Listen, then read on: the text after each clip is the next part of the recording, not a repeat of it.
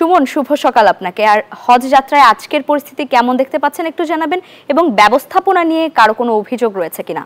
সকালবেলা কিন্তু এর মধ্যে একটি ফ্লাইট ছেড়ে গিয়েছে হজ ক্যাম্প থেকে। আপনারা জানেন সরকার আওতায় কিন্তু এই বাংলাদেশের এই পাশে শুধু হজ ক্যাম্পের এখানেই, আমি এখন ইমিগ্রেশনে ঠিক ভেতরে আছি, এখানে কিন্তু সমস্ত কাজ শেষ করেই সরাসরি মক্কায় চলে যাবেন এই হজের যাত্রীরা।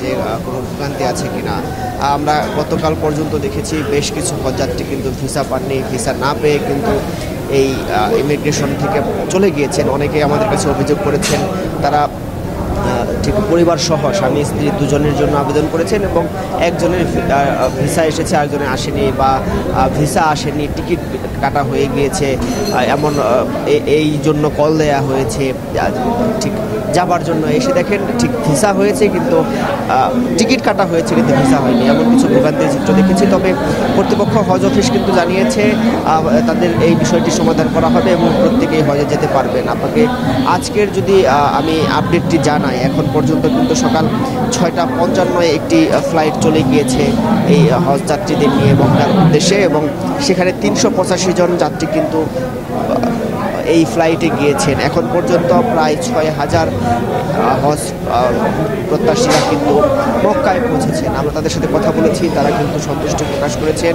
এবার বেশ কিছু সুবিধা নিয়ে এসেছে সরকার, বিশেষ করে প্রযুক্তির ব্যবহার সহ রুট টু মক্কার এই যে সুবিধাগুলো, এই দুটির ফলে কিন্তু মানুষজন অনেক ভোগান্তিমুক্তভাবে যাচ্ছেন। তারা বলছেন সারা জীবনের যে ইচ্ছা থাকে প্রত্যেকটি মুসলমানের ঠিক আল্লাহর ঘরের মেহমান হয়ে যাবেন এবং সেখানে কাবা শরীফ তাওয়াফ করবেন এবং সারা বিশ্বের মানুষের জন্য দোয়া করবেন, এমনটি বলছিলেন সারা বিশ্বের মুসল্লিদের, যেখানে বিশেষ করে ফিলিস্তিনে যেখানে মানুষ নির্মমভাবে হত্যা করা হয়েছে হাজার হাজার মানুষকে, তাদের জন্য দোয়া করবেন, বাংলাদেশের মানুষের জন্য দোয়া করবেন, এমনটি বলছেন।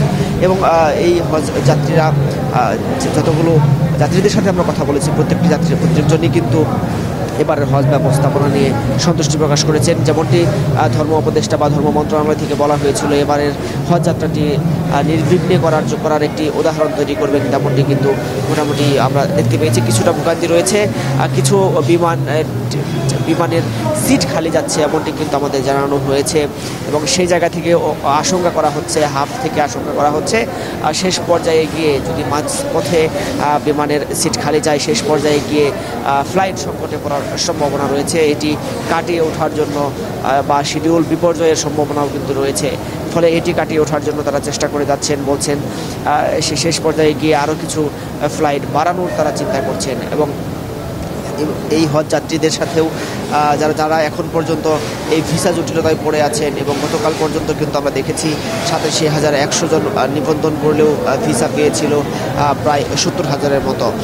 ঠিক এই জায়গায় দাঁড়িয়ে আর যারা এখন পর্যন্ত ভিসা পাননি, এই হাব কর্তৃপক্ষ বা ধর্ম মন্ত্রণালয় থেকে কিন্তু এই হজ অফিসের পক্ষ থেকে কিন্তু জানানো হয়েছে তারা এই ভিসা প্রক্রিয়াটি দ্রুত সময়ের মধ্যে শেষ হবে এবং একজন নিবন্ধনকারীকে রেখে কিন্তু এবার হজযাত্রাটি শেষ করা হবে না, এমনটি বলা হচ্ছে।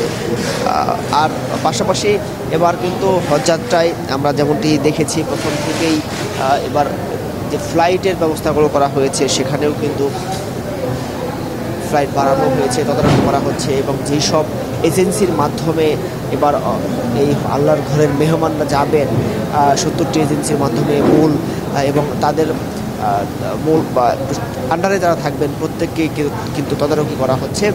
এবং আমরা যেমনটি শুনেছি এবার কোনো এজেন্সি কিন্তু কোনো ধরনের প্রতারণা করার সুযোগ পাবে না। তো সব মিলিয়ে আমি যদি আপনাদের এবারের হজের সার্বিক বিষয়টি বলি, এখন পর্যন্ত তেমন কোনো অভিযোগ পাওয়া যায়নি। হজ যাত্রীরা কিন্তু সন্তুষ্টি প্রকাশ করেছেন এবং হাবের পক্ষ থেকে বা হজ অফিসের পক্ষ থেকে বলা হয়েছে এবারের হজযাত্রাটি একদম নির্বিঘ্নে করা হবে। এই ছিল আমার কাছে আশকোনা হজ ক্যাম্প থেকে সর্বশেষ। বান্ডেল থাকলে প্রতি সেনমানিতে টাকা বাঁচবে। বিকাশ সেনমানি বান্ডেল কিনে জিতুন প্রতি লেনদেনে।